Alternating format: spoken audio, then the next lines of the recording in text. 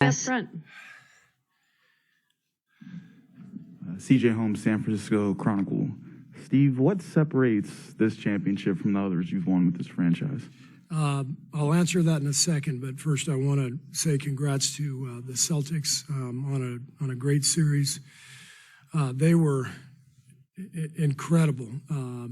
Their defensive athleticism and length and toughness was really tough to overcome, and they had us on the ropes in this series and had a tremendous season. Since I've been here, we've lost in the finals twice, and it's devastating, to get this far and to come up short. And I got a lot of friends across that hall, between Ime and Will Hardy, Damon Stoudemire, Aaron Miles, a bunch of really good friends and guys I've coached in FIBA, Jason Tatum, Jaylen Brown, Derek White, great group of guys. And so I genuinely feel for them because I know what it's like to lose at this point. But they had an amazing run, and it was a great series. I forget your question now, CJ. Well, they're all unique. They're all special. I think this one may have been the most unlikely, just from the standpoint of where we've been the last couple of years. A lot of unknowns with injuries to Klay, Draymond at the end of the year, Steph at the end of the year. A lot of young guys, kind of a new core, or a new group around our core, I should say. But it's really special to see guys like Wiggs and Loon and Gary Payton, just how far they've come, the impact they made. Jordan Poole, same thing. And I know I'm going to forget people, but it takes a full team effort to do this. And we just had a great group who got it done. We'll go next to Dan on the right. Hey, Steve, Dan Winke, Los Angeles Times, congratulations. You've been around greatness a ton in your career. What do you make of Steph? And does he still kind of put you into awe the way maybe he did the first year you were with him? He does, because what he does at his size is so different from, the traditional greats in this league. I've said it many times, Steph reminds me so much of Tim Duncan. Obviously totally different players, but from just a humanity standpoint, from a talent standpoint, humility, confidence, it's this wonderful combination that just, makes everybody want to win for him. And I'm obviously thrilled for everyone in that room. And a lot of people had a big hand in this, but I think the thing with Steph is, without him, none of this happens, and that's not taking anything away from Joe and Peter's ownership, because they're amazing owners, built an incredible organization. Bob Myers, a hell of a GM, and, our players, we've had so many great players, but Steph ultimately is, why this run has happened, much like Timmy in San Antonio.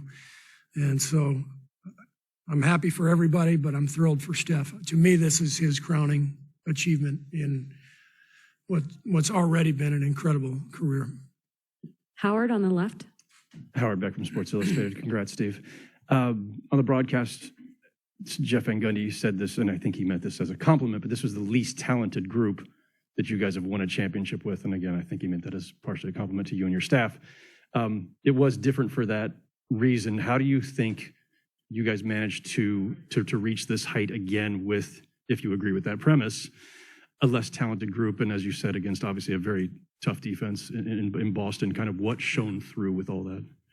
Well, I think that comment is all relative, right? I mean, we had Kevin Durant for 3 years with this core group. Those teams were untouchable. This team has been compared to our first championship team in 15. Maybe there are some similarities, but this is still a really talented group of players. So, not taking anything away from Jeff's comment, but I think he's speaking relatively. Our defense was spectacular in this series, especially the last 3 games. And the Celtics had the best defense in the league, but we were right behind them. And I think what made this group really special was, besides the obvious with Steph, was the defensive intensity and versatility. And for that, Draymond is the guy to point to, the leader of it all. But the additions of Wiggs, Gary Payton, the return of Klay, the emergence of Loon, it all factored in. And I've been really lucky to be part of a lot of these in my career. And I have yet to see a team that wasn't elite defensively win a championship. So to me, that's what got this team over the hump, is in the playoffs, was our defense. Mark, back right. Mark Spears, ESPN's Landscape. Steve, Klay was not in any rush to leave the stage, and he seemed to really relish in this moment. Can you talk about that, and also everything that he overcame to become a champion again? Yeah, I mean, the anguish that Klay has felt over the last 3 years. I don't know that. I mean, people can guess as to what it is like, but we saw it up close, and between a second year-long injury and losing what he loves to do most in life, playing the game, it's been a rough go for him. So his return was special for us on and off the floor because of what he's meant to the organization, what he's done for this team. And then, of course, his play. I mean, his two-way ability is up at the top of the league. So I'm thrilled for Klay. Last question for Coach Ohm in the back.